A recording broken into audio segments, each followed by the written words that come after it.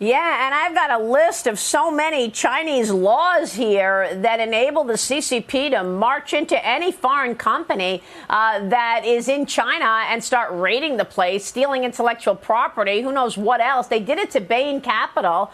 They threw down all these national security rules and laws when they marched into Hong Kong, Mary. You make a great point. Why invest when you don't even know what's going to happen to your own company that's in China?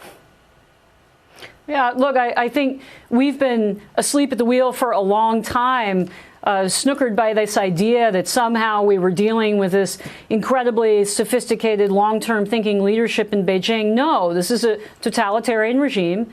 It's thuggish. They are bullies. I mean, let's step back, Maria, from all of these incidents that you've just talked about. What are we seeing here? We're seeing a bullying regime that wants to kick us out of Asia, that is making steps to reconfigure the Middle East and kick us out of there, that is in our backyard economically in South America and Central America. And what are we doing in return? We're trying to be diplomatic. Okay, that's fine. We can talk to that regime. We should always leave the door open to talking to a nuclear power. But you can be strong and also diplomatic. I mean, look at what their defense secretary said in Singapore just in these last days. It was outrageous.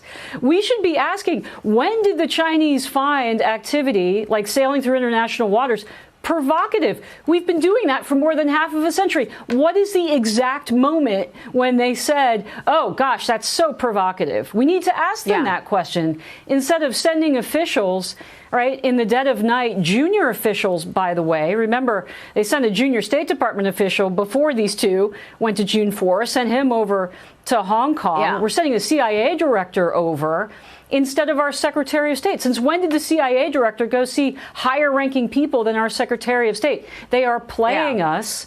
They are trying to attract foreign investment because they're broke. And they need the capital to keep building their military machine. That's the big picture. That's what I keep trying to tell investors. Hey, don't look at the tax incentive. Don't look at, the billion market. It's not about that. Right. You have to look at, can you do basic due diligence that you're doing in other jurisdictions? And the answer is you just can't.